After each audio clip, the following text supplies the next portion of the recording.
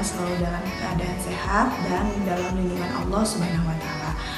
Anak-anak, tetap semangat ya, meskipun kita belajar di rumah. Nah, anak-anak, sebelum kita memulai pembelajaran, perkenankan Ibu untuk memperkenalkan diri. Nama Ibu Siti Nurtamaningsih. Nah, hari ini kita akan belajar tentang tema 1, pertumbuhan dan perkembangan makhluk hidup. Subtema kedua, pertumbuhan dan perkembangan manusia, pembelajaran ke-5. Nah, adapun tujuan pembelajaran kali ini yaitu ini ya anak-anak, kita lihat. Nah, yang pertama, siswa dapat menyelesaikan soal cerita tentang penjumlahan. Yang kedua, siswa dapat mengidentifikasi pola dalam gambar dekoratif. Yang ketiga, siswa dapat mengidentifikasi pelestarian lingkungan abiotik. Baik anak-anak, sebelumnya kita sudah membahas tentang penjumlahan dengan teknik tanpa menyimpan dan penjumlahan dengan teknik menyimpan. Nah, anak-anak masih ingat kan? Anak-anak, untuk hari ini kita akan membahas tentang soal cerita tentang penjumlahan bilangan. Nah, anak-anak, sebelum kita mengerjakan soal, ada beberapa langkah yang harus kita perhatikan pada saat menyelesaikan soal cerita, yaitu, lihat ya anak-anak ya. 1, tentukan hal yang diketahui dan ditanyakan dalam soal. Kedua, tentukan kalimat matematika yang sesuai. Yang ketiga, hitunglah penyelesaian dari kalimat matematika tersebut. Nah, anak-anak, Ibu mempunyai soal cerita, kita perhatikan ya. Nah, anak-anak, ini soal ceritanya ya. Ibu membeli pakaian di sebuah garmen dalam jumlah banyak. Pakaian itu dikirim dengan mobil sebanyak 2 kali.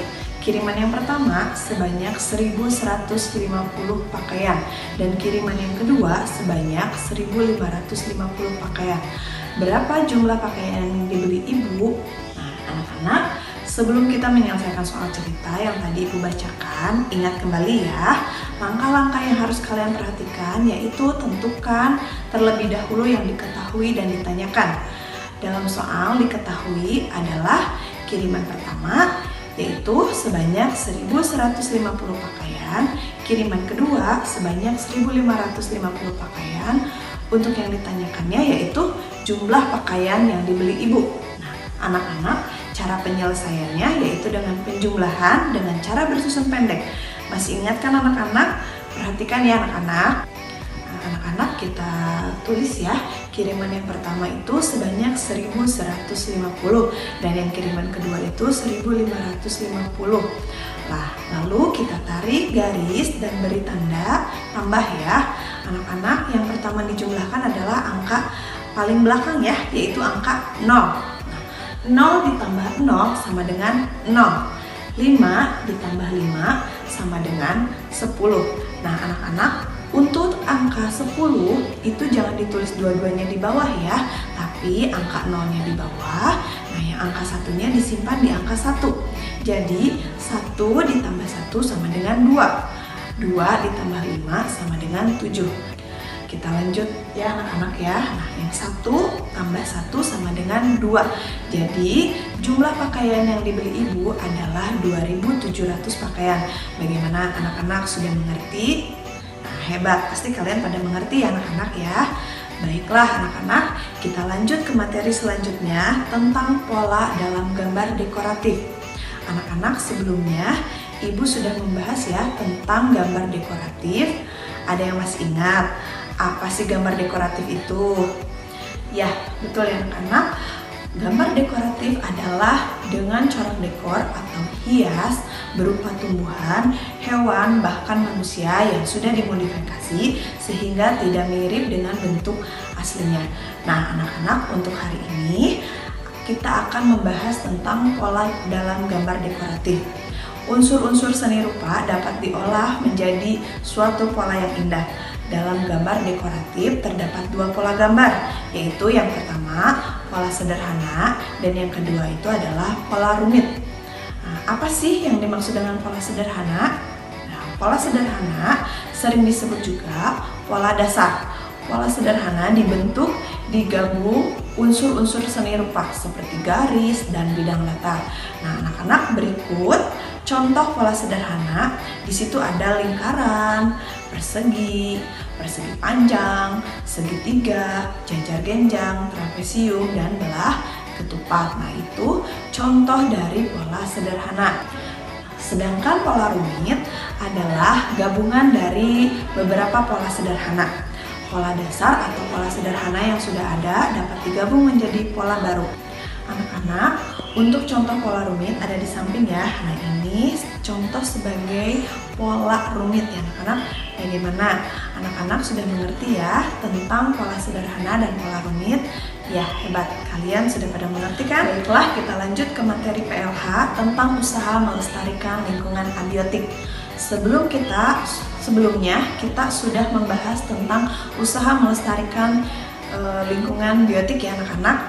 Ada yang masih ingat apa sih lingkungan biotik itu? Ya, betul ya. Lingkungan biotik adalah lingkungan yang terdiri dari makhluk hidup seperti hewan, tumbuhan, dan manusia. Nah, anak-anak coba bayangkan apabila air, udara, tanah, dan sinar matahari lenyap dari bumi tercinta kita ini, apakah kita masih bisa hidup? Ya, betul anak-anak, tentu tidak ya. Maka dari itu, lingkungan abiotik sangat berpengaruh bagi kehidupan manusia. Terjadi saling ketergantungan antara lingkungan biotik dan abiotik. Oleh sebab itu, kita wajib melestarikan lingkungan abiotik. Anak-anak, lingkungan abiotik itu terdiri dari air, udara, dan tanah. Nah, kita awali dengan melestarikan air ya. Air merupakan salah satu unsur abiotik yang sangat penting bagi kehidupan manusia maupun makhluk hidup lainnya ya. Coba kamu bayangkan, apabila di bumi ini tidak ada air, manusia dan makhluk lainnya tidak dapat mempertahankan hidup. Nah, anak-anak, berikut cara melestarikan air. Nah, yang pertama yaitu menjaga sumber mata air. Yang kedua, tidak menebang pohon sembarangan. Yang ketiga, tidak membuang sampah sembarangan ke sungai atau ke laut. Yang keempat, tidak membuang limbah sembarangan ke sungai atau ke laut. Yang kelima yaitu menanam pohon atau reboisasi. Anak-anak, kita lanjut yang kedua, melestarikan udara ya anak-anak. Udara merupakan unsur abiotik yang vital bagi kehidupan. Hal ini karena setiap makhluk hidup memerlukan udara untuk bernafas. Udara memiliki banyak manfaat bagi kehidupan manusia dan makhluk lainnya. Oleh karenanya, udara perlu kita lestarikan. Tujuannya agar udara yang kita hirup selalu bersih. Nah, upaya-upaya menjaga kesegaran udara agar tetap bersih, segar, dan sehat antara lain sebagai berikut ya anak-anak.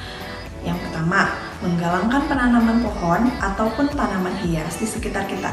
Yang kedua, mengurangi emisi atau pengembangan gas sisa pembakaran. Yang ketiga, pemasangan filter pada cerobong asap pabrik. Dan yang keempat, mengurangi pembangunan gas freon seperti pada AC dan kulkas. Anak-anak, kita lanjut ya. Yang ketiga, yaitu melestarikan tanah. Nah, tanah juga merupakan unsur abiotik yang memiliki peranan penting bagi kehidupan manusia dan makhluk lainnya. Selain sebagai tempat tumbuh, tanah juga berguna sebagai resapan air. Cara menjaga kelestarian tanah diantaranya yaitu sebagai berikut. Yang pertama, tidak membuang sampah langsung ke tanah, terutama sampah plastik. Yang kedua, tidak membuang limbah ke dalam tanah. Yang ketiga, menggalangkan kegiatan menanam pohon atau penghijauan atau reboisasi terhadap tanah yang gundul.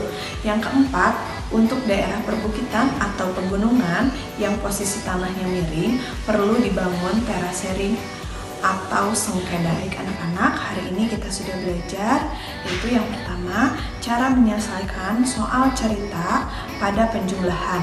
Yang kedua, pola dalam gambar dekoratif.